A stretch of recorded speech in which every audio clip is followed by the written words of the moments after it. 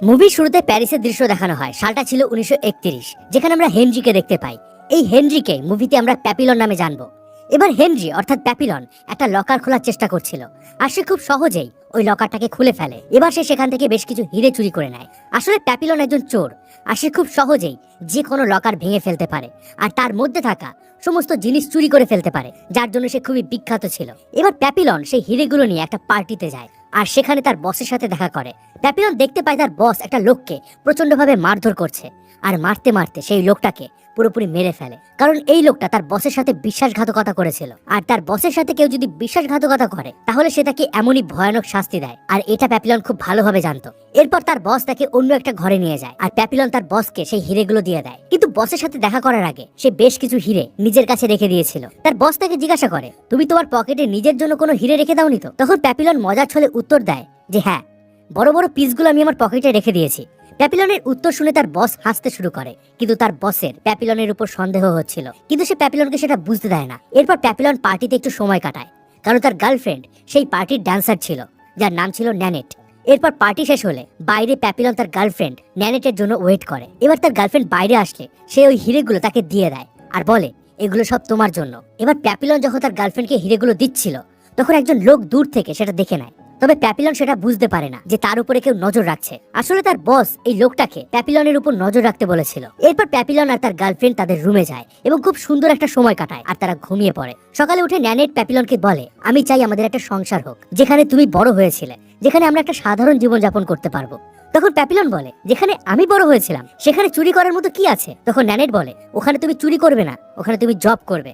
তখন প্যাপিলন বলে, ওখানে একটা জব করে সারা বছর যে আমি কামাবো, এখানে কাল রাতে একটা চুরি করে আমি তার ডবল কামিয়েছি। এরপরেও তুমি চাইছো যে আমি ওখানে গিয়ে জব করি? কিন্তু তার গার্লফ্রেন্ডের জেদ করায় প্যাপিলন তাকে বলে, ঠিক আছে, আমাকে মাত্র 6 মাস সময় দাও। এই 6 মাসে আমি যা টাকা কামাবো, তারপর আমার আর কখনো কাজ করার দরকার পড়বে না, আর এরপর আমি তোমার সাথে তোমার কথা মতো একটা সংসার করব। এবার তারা যখন কথা বলছিল, ঠিক তখনই তাদের দরজায় নক হয়। প্যাপিলন মনে করে হয়তো তাদের রুমের মালিক রেন্টের জন্য তাকে ডাকছে। তবে দরজা খুলতেই তার ঘরের ভিতরে পুলিশ ঢুকে পড়ে, আর প্যাপিলন জানতে পারে যে কাল রাতে তার বস যে লোকটাকে মেরে ফেলেছিল তার খুনের জন্য প্যাপিলনকে অ্যারেস্ট করা হচ্ছে। প্যাপিলন বলে, তোমরা ভুল লোকের কাছে চলে এসেছো, আমি কাউকে খুন করিনি, আমি কাল সারা রাত এখানেই ছিলাম। কিন্তু পুলিশ তার কথা বোঝার চেষ্টা করে না। প্যাপিলন বুঝতে পারে যে তার বস তার উপরে রেগে গিয়ে তাকে মিথ্যা মামলায় ফাঁসিয়েছে। তার গার্লফ্রেন্ড ন্যানেটো চিৎকার করে পুলিশদের বলতে থাকে, ও কাউকে খুন করেনি, ও সারা রাত আমার সাথেই ছিল। কিন্তু পুলিশ তাদের কোনো কথা না শুনে প্যাপিলনকে নিয়ে যেতে থাকে। প্যাপিলন খালি গায়ে ছিল, সে বলে, আমাকে অ্যাটলিস্ট আমার ড্রেসটা পরতে দাও। কিন্তু পুলিশরা তাকে ড্রেসও পরতে দেয় না, তাকে খালি গায়ে টানতে টানতে নিয়ে যায়, আর একটা খুন করার শাস্তি হিসাবে তার সারা জীবন জেল হয়ে যায়। পরদিন সকালবেলা ন্যানেট প্যাপিলনের সাথে দেখা করতে যায়, আর প্যাপিলনকে বলে, তুমি চিন্তা করো না, আমি তোমাকে জেল থেকে ছাড়ানোর জন্য আপিল করব।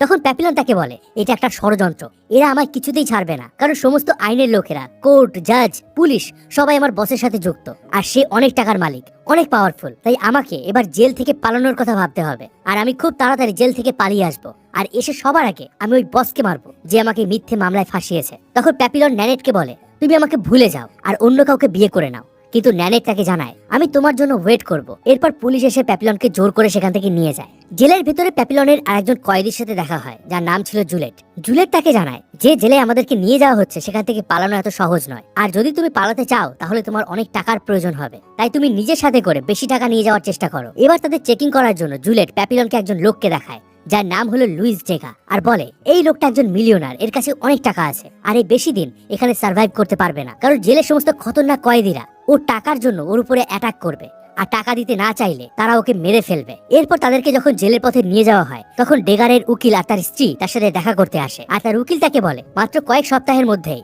আমরা তোমাকে ছাড়িয়ে নেব। আর তার ওয়াইফ তাকে বলে, আমি প্রমিস করছি যে ক্রিসমাসের আগেই তুমি ঘরে ফিরে আসবে। এখানে যত কয়েদি ছিল তাদের সবাইকে একটা বড় জাহাজে করে জেলে নিয়ে যাওয়া হবে, তাই কয়েদিরা এবার জাহাজে ওঠে। তখন প্যাপিলন ডেগার কাছে যায় আর তাকে বলে, এখানে সবার নজর তোমার টাকার উপরে, কিন্তু তুমি যদি চাও তাহলে আমি তোমাকে সবার থেকে সুরক্ষিত রাখতে পারবো, আর তার বিনিময়ে আমার শুধু টাকা চাই, কারণ আমি জেল থেকে পালাতে চাই। আমি আমার নিজের সুরক্ষা নিজেই করতে পারবো, আমার কারোর প্রয়োজন নেই। এই বলে ডেগা প্যাপিলনকে চলে যেতে বলে, আর তার পাশে থাকা আরেকজন কয়েদির সাথে সে বসে থাকে, যার কাছেও ডেগার মতো প্রচুর টাকা ছিল। এবার তারা সবাই ঘুমিয়ে পড়ে, আর সব কয়েদিরা যখন ঘুমিয়েছিল তখন একটা মোটা লোক এসে ডেগার পাশে থাকা ওই লোকটাকে মেরে ফেলে, আর তার টাকা চুরি করে নেয়। ডেগা পাশে বসে সবকিছু দেখছিল, আর সে এটা দেখে ভীষণ ভয় পেয়ে যায়। এবার পরদিন সকালে ডেগা প্যাপিলনের সাথে কথা বলে, এবং প্যাপিলনের সেই অফারটা সে অ্যাকসেপ্ট করে নেয় আর বলে, আমি যতক্ষণ এখান থেকে বেরোতে পারছি তুমি আমার রক্ষা করবে, তাতে তোমার এখান থেকে পালাতে যত টাকা লাগবে আমি তোমায় দিয়ে দেবো। এটা শুনে প্যাপিলন ডেগাকে বলে, আমি যখন এখান থেকে বেরোনোর সুযোগ পাবো তখন আমি তোমাকেও আমার সাথে নিয়ে যাব।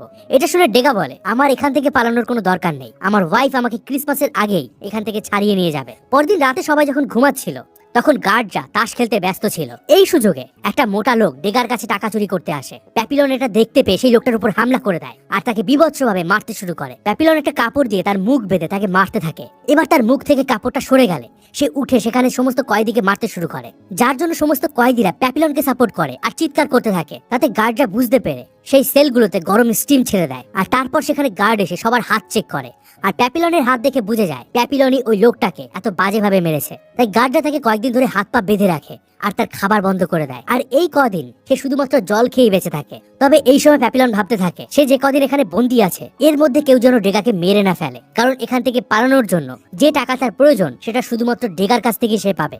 কয়েকদিন পর প্যাপিলনকে সেখান থেকে ছেড়ে দেওয়া হয় আর প্যাপিলন দেখতে পায় যে লোকটাকে সে মেরেছিল সেই লোকটা এখন ডেগার উপরে চোখ তুলে তাকানোর সাহস পায় না।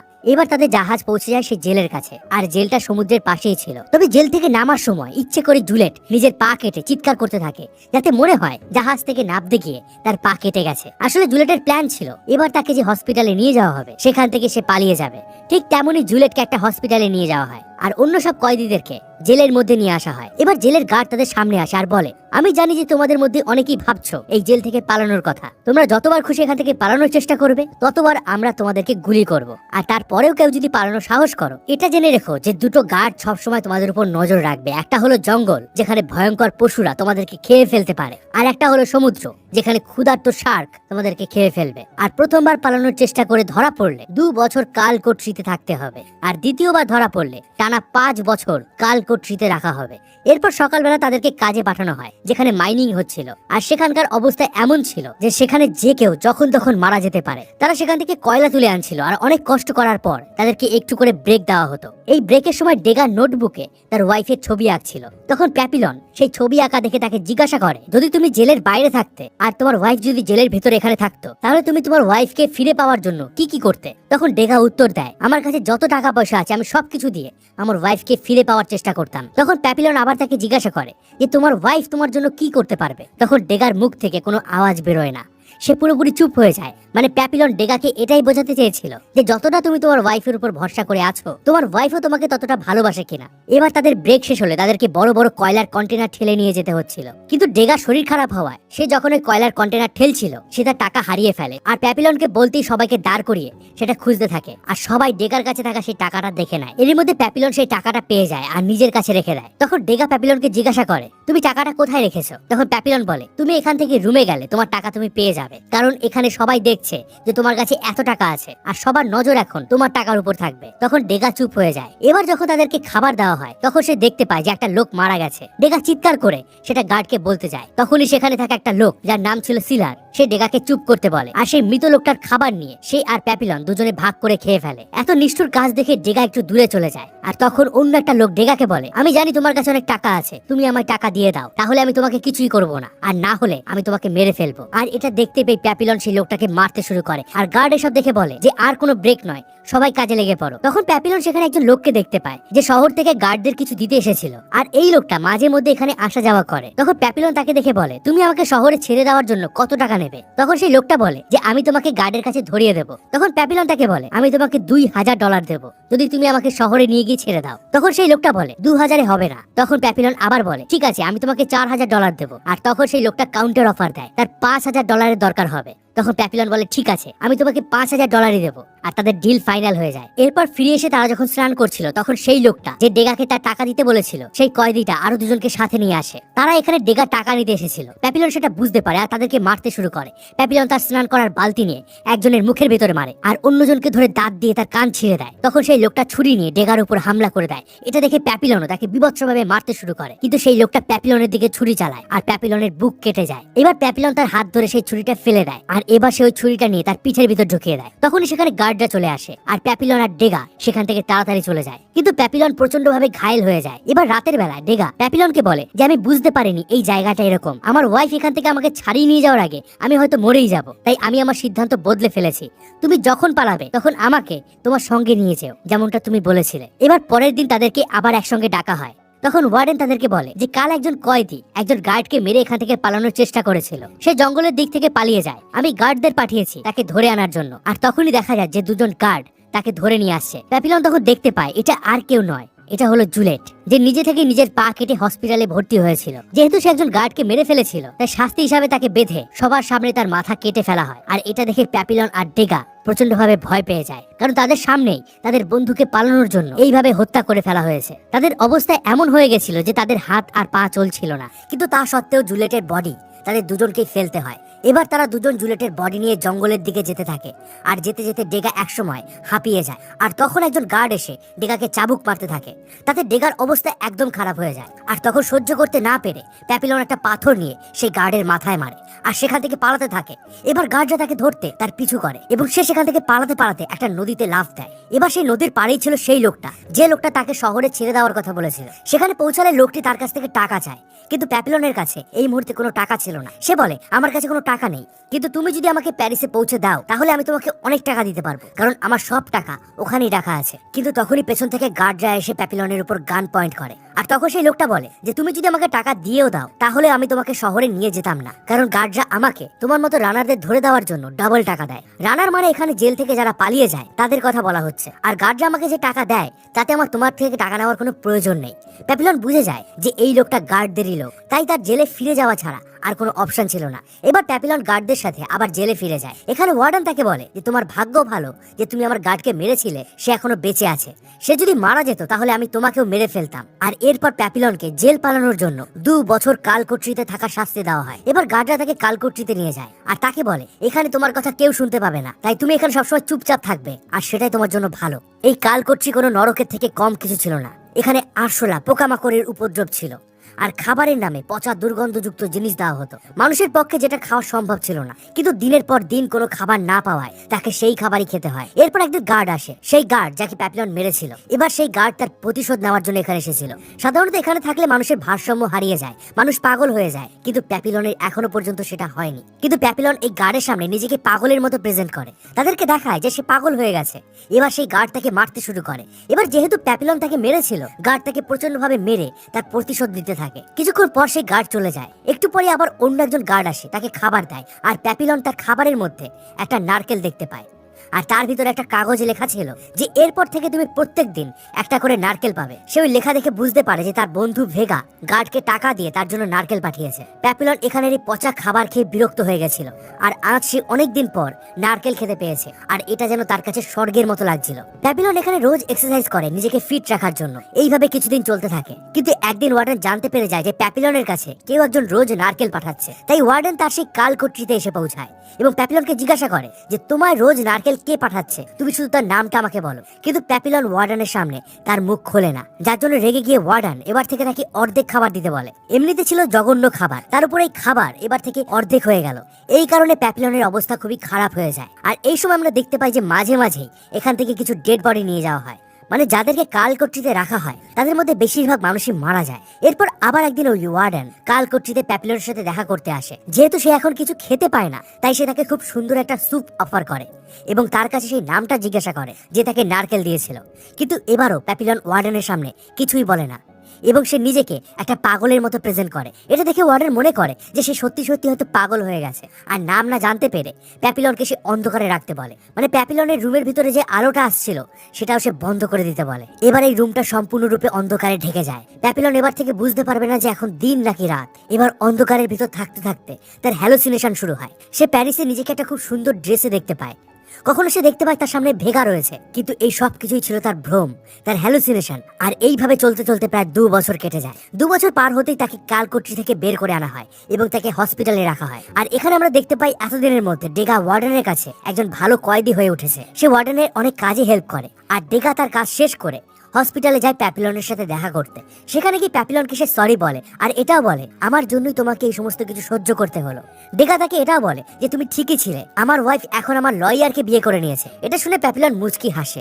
সে ডেগাকে বলে তাহলে এখন তোমার প্ল্যানিং কি? প্যাপিলনের মুখ থেকে আওয়াজ শুনতে পেয়ে ডেগা খুব খুশি হয়, কারণ সে মনে করেছিল প্যাপিলন হয়তো এতদিনে পাগল হয়ে গেছে। কিন্তু প্যাপিলন তাকে চুপ করে থাকতে বলে, সে যে সুস্থ সেটা যেন কেউ জানতে না পারে। এবার ডেগা প্যাপিলনকে একটা প্ল্যান বলে। এই রবিবার ওয়ার্ডেন কিছু লোকাল পলিটিশিয়ানদের নিয়ে জেলের মাঠে একটা সিনেমা দেখবে, তাই সাধারণভাবে সাউন্ডটা খুবই লাউড থাকবে আর গার্ডরাও সেই দিকে ডিউটি করতে ব্যস্ত থাকবে। পালানোর জন্য এটা আমাদের বেস্ট চান্স হবে। তখন প্যাপিলন ডেগাকে বলে তুমি কি আমাদের জন্য একটা বোটের ব্যবস্থা করতে পারবে? ডেগা বলে না। প্যাপিলন তখন জিজ্ঞাসা করে যে সিলার এখনো আছে কিনা। ডেগা বলে হ্যাঁ, সিলার এখনো আছে। তখন প্যাপিলন বলে সিলার আমাদের জন্য একটা বোটের আয়োজন করতে পারবে। এটা শুনে ডেগা বলে হ্যাঁ, সিলার সেটা পারবে, কিন্তু সেক্ষেত্রে সিলারকেও আমাদের সাথে নিয়ে যেতে হবে। কিন্তু এই হসপিটাল পাহারা দেয় পালোয়ানের মতো একজন লোক, তার কাছে এই হসপিটাল থেকে বেরোনোর গেটের চাবি থাকে। এবার রাতে প্যাপিলন দেখতে পায় সেই হসপিটালের পাহারাদার হসপিটালের মধ্যে থাকা একটা ছেলেকে পছন্দ করে যার নাম ম্যাথিউ, আর সে তাকে বেছে নেয় তাকে বোকা বানিয়ে তার কাছ থেকে চাবি নিয়ে আসার জন্য। তাই প্যাপিলন রাতে ম্যাথিউর সাথে দেখা করে আর তাকে তাদের সমস্ত প্ল্যানের ব্যাপারে বলে। ছেলেটি তার কথা রাজি হয়ে যায়। পরের দিন সকালে আমরা দেখতে পাই সিলার তার নিজের হাত কেটে জেলের হসপিটালে এসেছে। এখানে তারা চারজন একসাথে হয়ে যায়, প্যাপিলন, ডেগা, সিলার আর ওই ম্যাথিউ নামের ছেলেটা। সিলার তাদের বলে যে টাকা হলে আমাদের বোটের ব্যবস্থা হয়ে যাবে। তখন প্যাপিলন ডেগার কাছ থেকে টাকা নেয় এবং ডেগাকে কিছু ঘুমের ওষুধ দেয় আর তাকে বলে যে এটা সবার ড্রিঙ্কে মিশিয়ে দিতে। এবার প্যাপিলন সিলারকে সেই টাকা দিয়ে দেয়। অবশেষে আসে রবিবারের সেই রাত, যে রাতে এখানে সিনেমা চলার কথা ছিল আর তারা ঠিক করেছিল তারা আজই এখান থেকে সবাই পালিয়ে যাবে। এবার সেখানে যখন সিনেমা শুরু হয় তখন গার্ডরা সেদিকে ব্যস্ত থাকে আর এই সুযোগে তারা তাদের প্ল্যানিং অনুযায়ী তাদের কাজ শুরু করে দেয়। ডেগা ড্রিঙ্কের মধ্যে সে ঘুমের ওষুধ দিয়ে সমস্ত গার্ডকে খাইয়ে দেয়। এদিকে ম্যাথু পাহারাদারদের সাথে অন্য একটা রুমে চলে যায় আর সেই সুযোগে প্যাপিলন আর সিলার হসপিটালের বেড থেকে রড খুলে নেয়। তারা সেই রুমে যায় যেখানে ম্যাথু আর পাহারাদার ছিল। তারা রড দিয়ে সেই পাহারাদারের মাথায় মারে আর তাকে অজ্ঞান করে দেয়। এবার তারা ওই পাহারাদারের কাছ থেকে চাবি নিয়ে নেয়। এবার সেই চাবি নিয়ে তারা সেখান থেকে পালিয়ে যাওয়ার জন্য বেরিয়ে পড়ে, কিন্তু তখনই সেখানে বৃষ্টি শুরু হয়ে যায় আর বৃষ্টি আসার জন্য ডেগা সেখান থেকে আর আসতে পারে না। তখন সিলার বলে আমরা ডেগার জন্য ওয়েট করব না, তাহলে আমরাও আর বেরোতে পারবো না। তাই ডেগার কথা বাদ দিয়ে তারা তিনজনই বেরিয়ে পড়তে চায়, কিন্তু প্যাপিলন বলে না, ডেগাকে না নিয়ে আমি এখান থেকে যাব না, তোমাদের যদি যেতে হয় তোমরা যাও। তখন সিলার আর ম্যাথিউ যাওয়ার জন্য রেডি হয়ে যায় আর তখনই দেখা যায় ডেগা সেখানে চলে এসেছে। আর এবার তারা চারজনই বেরিয়ে পড়ে। তারা অনেক কষ্টে গার্ডদের নজর এড়িয়ে জেল থেকে বেরিয়ে যেতে থাকে, কিন্তু তখনই একটা জায়গায় এসে হঠাৎ লাইট জ্বলে ওঠে। তারা সবাই ভয় পেয়ে যায়, কিন্তু তাদের কেউ দেখতে পায় না। আর তখনই লাফ মারতে গিয়ে ডেগার পা ভেঙে যায়। এদিকে সিলার বলে যে ডেগার পা ভেঙে গেছে, ও আর যেতে পারবে না, ওকে ছাড়াই আমাদের তিনজনের চলে যাওয়া উচিত। কিন্তু প্যাপিলন ডেগাকে ছাড়া যেতে রাজি হচ্ছিল না, তাই সে ডেগাকে কাঁধে তুলে নেয় আর সেখান থেকে যেতে থাকে। আর একটুখানি যেতেই কয়েকজন লোক তাদের উপর গান পয়েন্ট করে আর তখন জানা যায় যে এই লোকগুলো তাদেরকে ভোট দেবে, কিন্তু তার আগে তাদের এই ভোটের জন্য টাকা চায়। প্যাপিলন ডেগাকে টাকা দিতে বলে। ডেগার কাছে তখন আর অল্প কিছু টাকা ছিল, সেই সব টাকায় ডেগা প্যাপিলনকে দিয়ে দেয় আর তারা সেখান থেকে বোট নিয়ে বেরিয়ে পড়ে। কিন্তু কিছু দূর যেতেই বোটের মধ্যে জল ঢুকতে শুরু করে। তখন সিলার বলে এই বোট আমাদের চারজনের ওয়েট ক্যারি করতে পারছে না, আমাদের এই বোটের ওয়েট হালকা করতে হবে, মানে আমাদের মধ্যে থেকে কাউকে মরতে হবে, আর আমি চাই ডেগাকে বোট থেকে নিচে ফেলে দিতে। তখন প্যাপিলন বলে যে কাউকে মরতে হবে না, আমরা সবাই মিলে কিনারায় পৌঁছাবো আর তার জন্য আমাদের একটু কষ্ট করতে হবে আর অনবরত এই বোটের জল নিচে ফেলতে হবে। কিন্তু সিলার তাদের কোনো কথা শুনতে রাজি ছিল না। সে ডেগাকে সমুদ্রে ফেলে দিতে যায় আর তখনই প্যাপিলনের সাথে তার হাতাহাতি শুরু হয়। প্যাপিলন সিলারকে মেরে ফেলে। এবার তারা সিলারের বডি জলের মধ্যে ফেলে দেয় এবং আবার চলতে শুরু করে। আসলে প্যাপিলন কিন্তু সিলারকে মারতে চায়নি, সে চেয়েছিল তারা সবাই মিলে একসাথে এখান থেকে পালিয়ে যাবে। এবার তারা চলতে থাকে, কিন্তু তখনই তাদের সামনে একটা বিশাল বড় তুফান আসে আর সেই তুফানে তাদের বোট ডুবে যায় আর এরপর তাদের আর কিছুই মনে থাকে না। প্যাপিলন যখন চোখ খুলে সে দেখতে পায় সে একটা আইল্যান্ডে রয়েছে, কিন্তু এই আইল্যান্ডে সে কিভাবে এলো সেটা সে কিছুই জানতো না। ঘর থেকে বাইরে তাকিয়ে সে দেখতে পায় সেখানে অনেক আদিবাসীরা রয়েছে। তার মনে হয় এই আদিবাসীরা তাকে সেখানে নিয়ে এসেছে আর এখন সে মুক্ত। এবার সে ডেগা আর ম্যাথিউকে খুঁজতে বাইরে যায়। সেখানে তার সামনে একজন নান আসে, তাকে বলে নতুন জীবনে তোমাকে স্বাগতম, আমি জানি তুমি কোথা থেকে এসেছো, তুমি এখন স্নান করে নাও আর তারপর তুমি আমাদের সাথে প্রে করবে। কিন্তু এটা ছিল সেই নানের ছলনা। আসলে সে ওই জেলারকে জানিয়ে দিয়েছিল যে প্যাপিলন এখানে রয়েছে এবং শুধুমাত্র প্যাপিলন নয়, তার জেলের আরো তিনজন লোক এখানেই রয়েছে। এবার প্যাপিলন ডেগার সাথে দেখা করে আর তাকে এখান থেকে চলতে বলে। সে বলে এরা জানে যে আমরা কোথা থেকে এসেছি আর এই জায়গাটা আমাদের জন্য একদমই সেফ নয়, আমাদের এগিয়ে যাওয়া উচিত। ডেগা বলে না, আমি যাব না। তখন প্যাপিলন বলে আমি তো এখান থেকে চলে যেতে যাচ্ছি, সে তুমি আমার সাথে যাও বা না যাও। এই বলে সে সেখান থেকে চলে যায় আর যেতে গিয়ে তার সাথে ম্যাথুর দেখা হয়। সে ম্যাথিউকে গুড বাই বলে আর সেখান থেকে চলে যায়। একটু এগিয়ে সে সামনে দেখতে পায় সেখানে জেলের গার্ডরা পৌঁছে গেছে। তখন সে বুঝতে পারে যে সেই নানরা গার্ডদের খবর দিয়েছে। তাই সে তাড়াতাড়ি ডেগাকে কাঁধে তুলে নেয় আর সেখান থেকে চলতে থাকে। আর তাকে যেতে দেখে ম্যাথিউ সেখানে ছুটে আসে আর ঠিক সেই মুহূর্তে গার্ডরা ম্যাথিউকে শুট করে আর তাকে মেরে ফেলে। এবার তারা আবারও প্যাপিলন আর ডেগাকে ধরে ফেলে। দ্বিতীয়বার পালানোর জন্য প্যাপিলনকে 5 বছরের জন্য কালকোঠরিতে রাখা হয় আর আমাদেরকে দেখানো হয় 5 বছর পর তাকে কালকোঠরি থেকে বের করা হচ্ছে। আর কালকোঠরি থেকে বেরোনোর সময় ওয়ার্ডেন তার সাথে দেখা করতে আসে। সে বলে, আমি তোমাকে দেখতে না এসে পারলাম না, খুব কম লোকই আছে যারা 5 বছর এইভাবে কালকোঠরিতে থাকার পরেও বেঁচে থাকে, আর তাদের মধ্যে তুমি একজন। আমি ভাবতে পারছি না যে তুমি বাঁচার জন্য কি করছো। যাই হোক, আমি এখন তোমাকে পাঠিয়ে দেবো ডেভিলস আইল্যান্ডে। এই ডেভিলস আইল্যান্ডে সেই সমস্ত কয়েদিদের রাখা হয় যাদের মানসিক অবস্থা খুবই খারাপ অথবা যাদের জীবনের কোনো দাম নেই। কিন্তু প্যাপিলনের এসব কিছুই হয়নি আর গার্ডের সামনে সে এখনো পাগল হয়ে যাওয়া নাটক করছিল। এবার প্যাপিলনকে সেই ডেভিলস আইল্যান্ডে নিয়ে যাওয়া হয়। আর এই ডেভিলস আইল্যান্ডটা ছিল একটা সমুদ্রের মধ্যে ছোট্ট দ্বীপ, যার চারিদিকে ছিল উত্তাল গভীর সমুদ্র, যেখান থেকে পালানো অসম্ভব। কারণ দূর দূর পর্যন্ত যেদিকেই তাকাও না কেন চারিদিকে ছিল সমুদ্র। এখানে প্যাপিলনকে ছেড়ে দিয়ে গার্ডরা চলে যায়। প্যাপিলন এখানে অনেক মানুষকে দেখতে পায় যাদের মানসিক অবস্থা ভীষণভাবে খারাপ হয়ে গিয়েছিল। তারা যা খুশি তাই করছিল।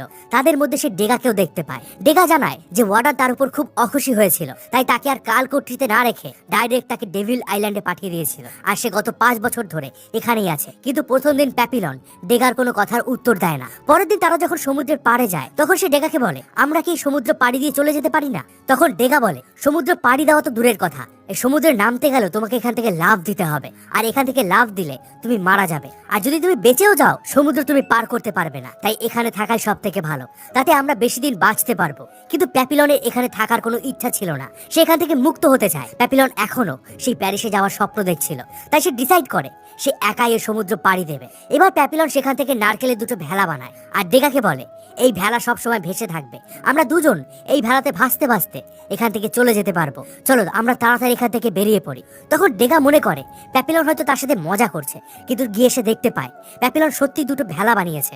এবার তারা ভেলা 2টো নিয়ে সমুদ্রের পাড়ের দিকে যেতে থাকে, যেখান থেকে তাদের সমুদ্রে লাফ দিতে হবে। কিন্তু পাহাড়ের একদম কর্নারে এসে ডেগা যেতে আর রাজি হয় না। আমি এখানেই থাকতে চাই। এবার প্যাপিলন ডেগাকে ফাইনালি গুড বাই বলে আর সেই উঁচু জায়গা থেকে লাফ দেয়। প্যাপিলন যখন লাফ দেয় ডেগা ভাবে প্যাপিলন হয়তো আর বেঁচে নেই, আর তাছাড়া তার চোখের পাওয়ারও খুব কম ছিল।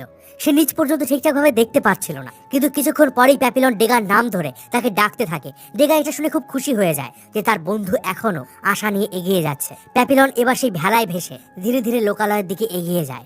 আর এরপর আমাদের 1969 সালে সেই সময়কে দেখানো হয় যেখানে প্লেনে করে একজন লোক ভেনেজুয়েলা থেকে ফ্রান্সে যাচ্ছে। আর এই লোকটা অন্য কেউ নয়, এই লোকটা ছিল প্যাপিলন। সে সেখানে গিয়ে তার লেখা একটা বই জমা দেয় একটা পাবলিশারের কাছে। এই বইতে তার জীবন সম্বন্ধে লেখা ছিল, যেখানে তার জেলে থাকা মর্মান্তিক কাহিনী লেখা ছিল। পাবলিশার তখন তার বই পড়ে আর সে বলে, এটা কি তোমার জীবনের কাহিনী? প্যাপিলন বলে, না, এটা হাজার হাজার মানুষের জীবনের কাহিনী যারা আজ ওই নরকের মতো জেলে বন্দী হয়ে আছে। আর এখানেই মুভিটা শেষ হয়ে যায়।